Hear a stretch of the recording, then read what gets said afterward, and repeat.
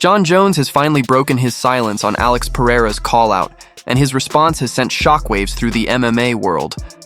Fans, fighters, and analysts are all losing their minds over what he just said. Will we ever see Jon Jones versus Alex Pereira? Possibility. I mean, Rogan is pushing me right now to try to make that fight. It's just, guys, Jon Jones is a whole nother. I consider Jon Jones the greatest combat fighter of all time. Jon Jones is the nastiest dude ever in the history. And Jon's got a dark side to him, man. He shoots guns. Jon Jones is a killer. Essa é a melhor aposta? Não, queria super luta. No, I want a super fight.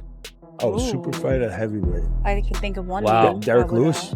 It's Aspinall, man. Bom, não sei se, pô, Casa Branca, Jon Jones. Jon Jones. Super luta. At the White House, Jon Jones. That's okay. a super fight. All right, so Why not fight against Pereira, a guy who's the same age as you, and we walk around the same exact size? Pereira walks around at like 240, and he has magnificent accolades. Business-wise, it makes more sense. Fight the nobody that may be more dangerous, or fight the guy with all the accolades, who's incredibly dangerous. But fans instantly picked up on the subtext. This wasn't just respect, and it was a signal. The kind of message only Jon Jones can send. Calm on the surface, but carrying the weight of a challenge beneath every word. Because when the greatest light heavyweight of all time acknowledges the new king, it's not casual. It's calculated. And for many, this felt like the first spark of something historic. Jones versus Pereira. The fight that could redefine eras. Seems like he could really be the face of this organization at this point. Yeah, you know, people love him. People love the way he fights, and can't be bummed out with the way he performed this evening. So He seemed to tease that maybe he was going to call for a Jon Jones fight, but then kind of pulled it back after, learning about Arthur. Is him going to heavyweight something you would entertain at this point? So today I was at work and had a bunch of meetings over there this afternoon, and I went over to the PI, and he was over in the PI. And I'm like, well, you're the last guy I expected to see here today. What are you doing here? And they're telling me, we want to fight at heavyweight. I said, how about we win tonight and focus on tonight, and then we could talk about, heavyweight. And I don't know. I don't know. There's still fights here in this division, but we'll see. I mean, this guy has been an absolute stud for us. He's on vacation in Australia, flies over and fights because, somebody fell out. He fights when he's hurt. He doesn't care. He wants to fight everybody. He wants to move up to heavyweight. Oi! Oh! Take your time. Yep. Find your shots. Find your shots. Damn! That's all he had to do, guys. That's all he had to do the first time they fought. Alex Pereira to give him an opportunity to actually get into the fight. Ta-da! Ta-da! Ta-da! He's getting kicked. Fraud checked? Oh, come on, boys. Stop with the fraud check. He finished it too early for my parlay. Sorry. That was probably the shortest title reign. No, I think GSP. I think Matt Serra was. Chama's back, boys. Chama's back. I'm not gonna lie to you guys. I would fight Yuri Prohaska, then fight maybe the winner of Sorgan and Tom Aspinall and be done. Just be done. Because if you're a real fight fan, you know what the fight of the era is that we need to see. Alex Pereira's got to move up. If Tom Aspinall defeats Cyril Gane at UFC 321 by KO in the first round as well, just to add some extra hype, Alex Pereira's got to move up to heavyweight and try for a third belt at the White House in 2026.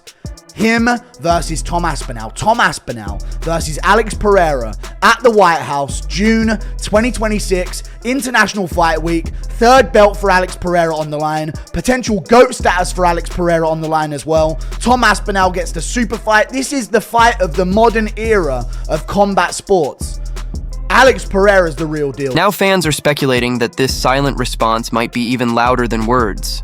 Because not only did Jones acknowledge Pereira's win, but he's reportedly been training again. And it's no secret. Jon has mentioned before that if he ever came back, he'd rather face Alex Pereira than Tom Aspinall. What is your hesitation about him going up to heavyweight? He's mentioned it a few times in the past. He always wanted that Jon Jones fight, and I understand why maybe that fight wasn't appealing to you, but what is your reservation about sending him to heavyweight at this point? Probably that he was a middleweight. He was a middleweight, and he's going to jump up 2 weight classes in the UFC. It's not like jumping up 2 weight classes in boxing. It's a big jump. Not that I have any reservations about it. I mean, the guy is he's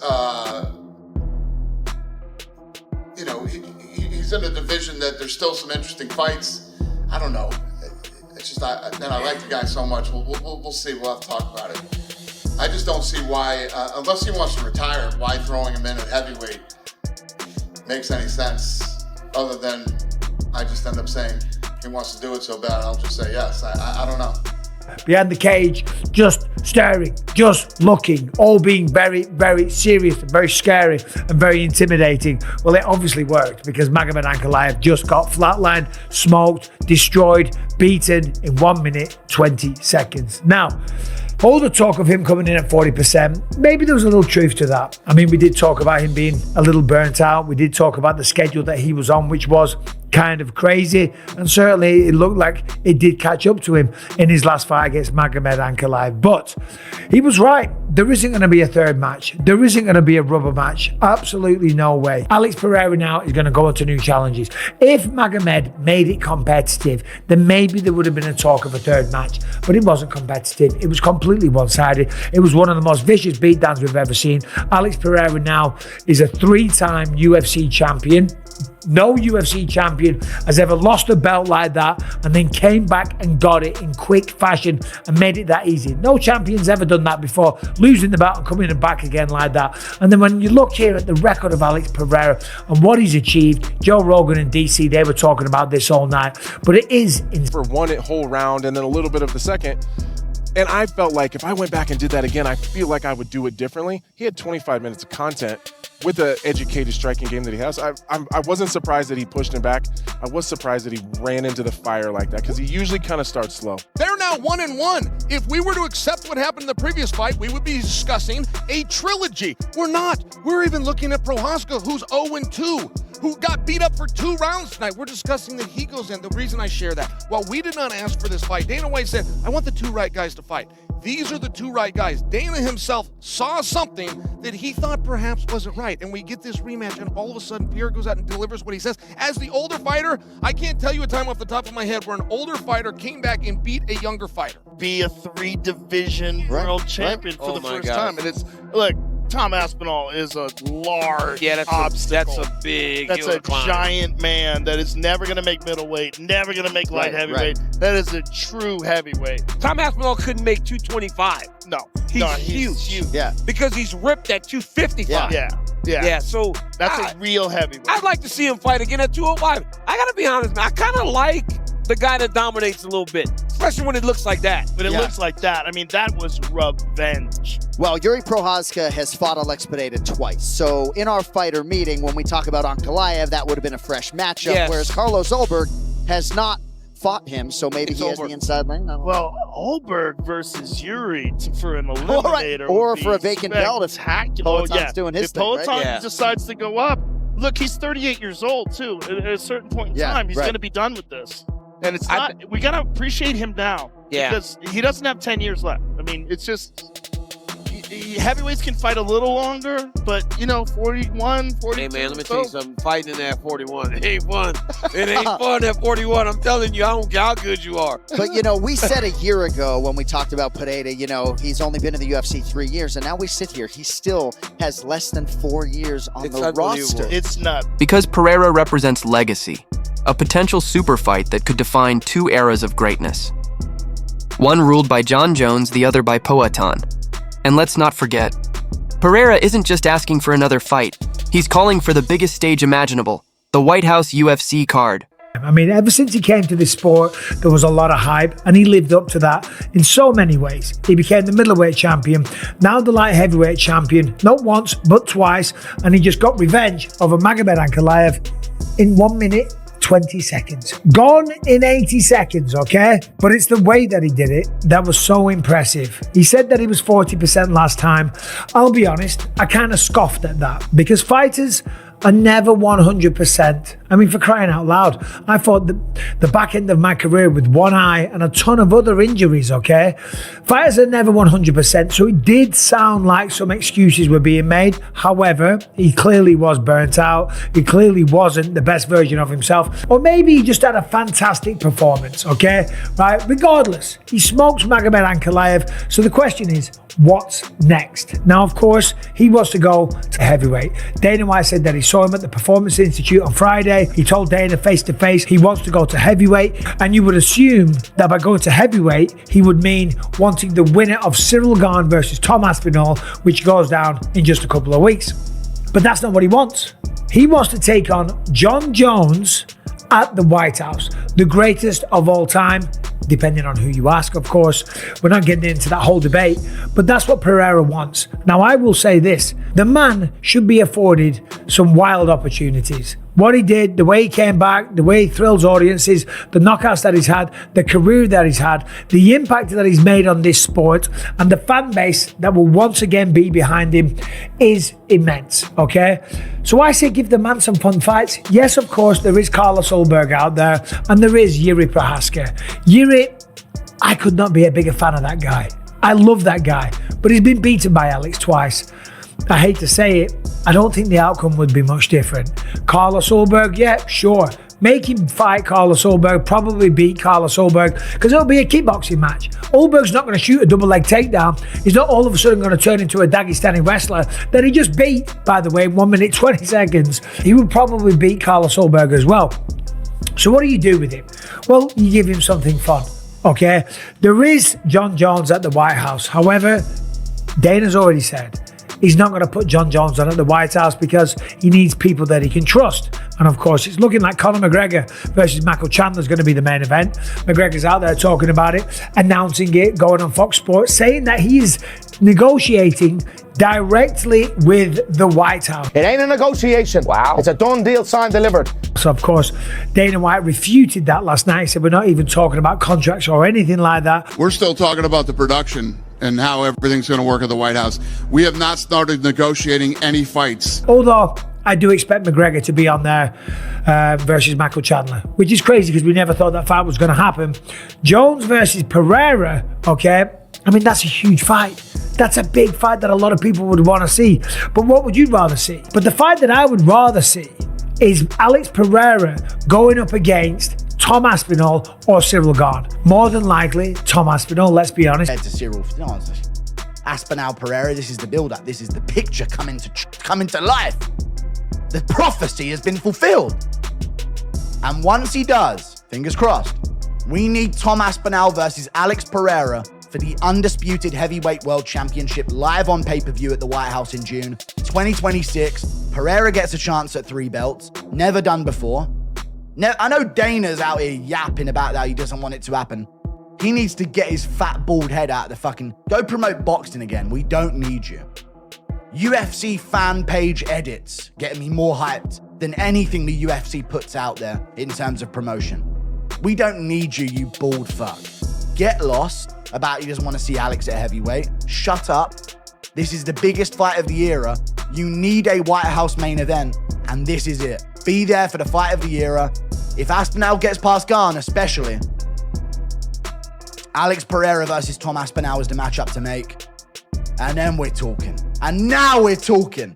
That is the fight of the era. And I really badly want to see it. And I'm looking forward to it if it does happen. Tom, no pressure, buddy. It's all on you again. But you know what? We know Tom thrives under pressure, so I like it. I like that it's all on the line. I like that there's some super fight on the line that he didn't get with Jon Jones running away. And you know what I'm going to say as well? Untimely, because of what's just happened to him, Alex Pereira calls for a minute of silence for Arthur Jones, rest in peace, but this is about Jon Jones. Alex Pereira is the light heavyweight GOAT of the UFC. I'm saying it as it is. I know there's DC that exists, but when it comes to light heavyweight things that he's done, Pereira's the light heavyweight GOAT. We don't need to count PED cheats in our GOAT list. All we would have to remove is Jon Jones and Anderson Silva, and we would have a completely perceivably natural GOAT list in our sport. We don't need to include these cheats. We really don't. Pereira has shown dominance, and when he's on form, he's unbeatable. One loss to Ankalaev at light heavyweight, but he's put in work. How good is Jan Blachowicz in hindsight? Jan Blachowicz, you know, Yuri Praska twice, Jamal Hill, not the greatest to win, but the way he does it, easy, dispatches him. Jones took OSP to a decision. Yeah, I mean, that was his easy one. Pereira dispatches him in the first round.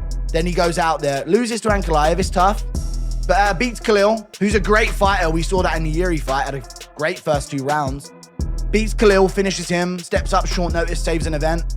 Gets the close loss to Ankalaev. He's been so active, he's been injured, all of this. People must have known that he really wasn't the same. Then he comes back and does this to Ankalaev. After his brutal knockout win over Ankalaev, Pereira made it clear he wants to move up to heavyweight and challenge the so-called GOAT himself, Jon Jones. The question now is, would Jones take that fight?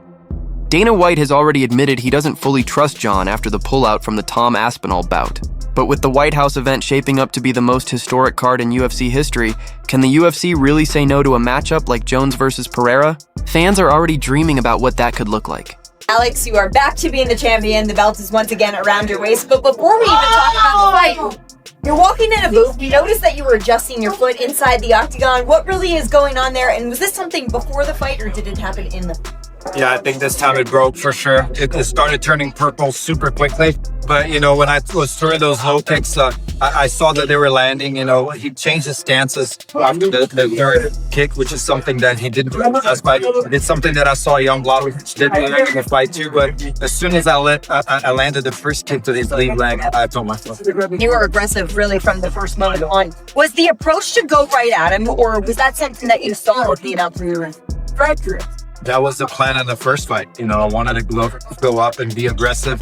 I told everyone I wasn't feeling well. I'll talk about that a little bit later. But, you know, I felt it, and I felt that it was going to happen. You know, even this morning we went to breakfast at Big Romania, and we saw one of the guys from Power Slap who we saw last time on fight day as well. He had just lost that night, and today he was there and he just won. So I thought to myself, man, you know, last time he had lost, I lost, now he won. So everything is coming together. You're going to have... Do things feel different? You've won the title before. You've been the champion in 2 divisions. Is something else happening? To make all those around me happy, you know, all my fans, I feel all the love. At the press conference, the fans won't even let my opponent talk. So I feel that, and I want to give people joy. And even in Brazil, sometimes people say, oh, I wasn't watching the UFC anymore until you came and stuff. So I feel it, and I want to give back to those people. Well, you're certainly doing that. Alex, now comes the part of my job that I have to do. That's always difficult because you just won the title once again.